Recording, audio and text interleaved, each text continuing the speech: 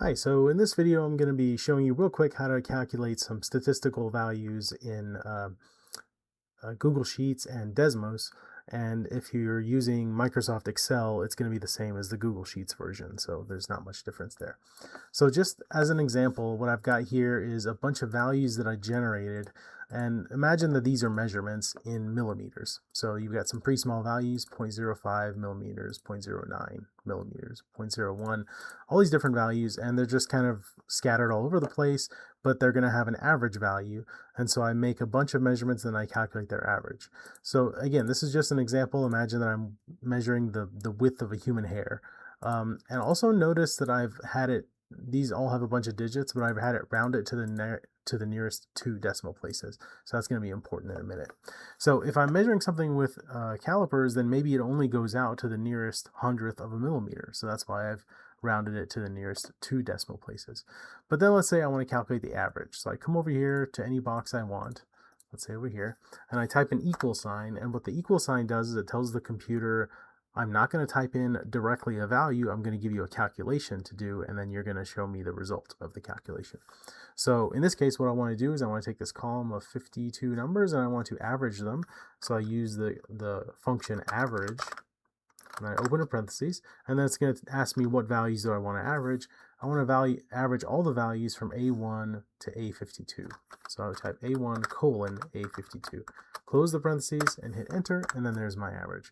So my average value is 0.05 millimeters, for example. Now what about the standard deviation? So I can over here, I can type average, and I can do standard deviation. So now we want to calculate standard deviation. Standard deviation is kind of an annoying, there's a formula for it, but to do the formula for 52 numbers is a lot of work.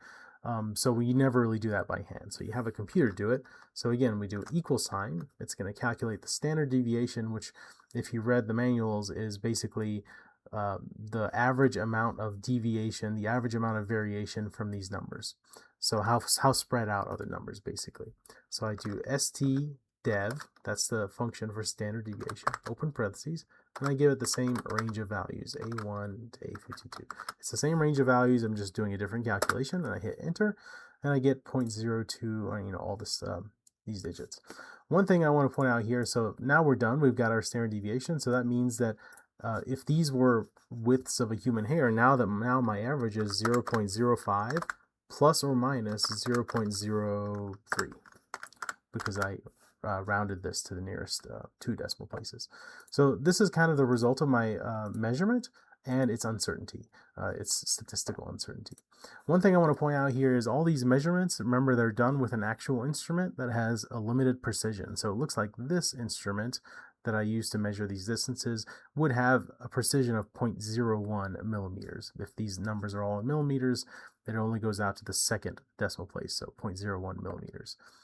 That means that when I calculate the average, it might have more decimal places, but I should also round it to the nearest 2 decimal places. I should not be putting more and more decimal places. And the same is true for the standard deviation. When you do a standard deviation calculation, the computer doesn't understand that these measurements were made with a device that had limited precision that only goes out to the second decimal place.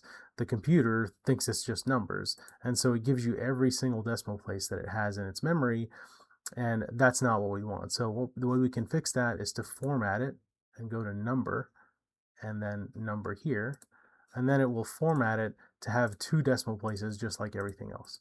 Right? So we want everything to have 2 decimal places because we don't have any business writing down 10 decimal places when our initial measurements only went out to 2. So it wouldn't be an honest reflection of our standard deviation. Anyway, this is how you calculate a standard deviation in Google Sheets or in Microsoft Excel. Now, to do this in Desmos, I'm just going to copy these numbers because I'm just using them as an example. I'm going to go over here to Desmos.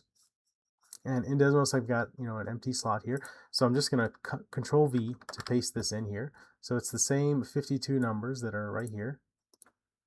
Right. And in order to work with them, I'm going to give them a name. So it's a list of numbers, so I'm going to call it L. So now L represents this 52 element list. So I want to calculate an average and a standard deviation. So again, now that I'm calling it this list L, I can just do average, average, like that.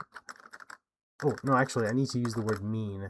So remember, the word mean in statistics means the same as average. So I take the mean of L, and I get 0.049, which is about 0.05, which is about what I had here. And the standard deviation, I believe that's stdev. You can see that when it changes the italicizing, it's recognizing it as a certain kind of function. So that means you've typed the right thing. So standard dev L is 0.029. So again, we have to round these off to the same number of decimal places that we have here. So just the second decimal place, but you can see that the raw value is the same, 0.03, 0.05, 0.03, same thing as we had here. So all these programs are using the same exact formulas to calculate averages and standard deviations. It looks a little bit different, but they're all going to do the same exact calculation, so they will all work for you.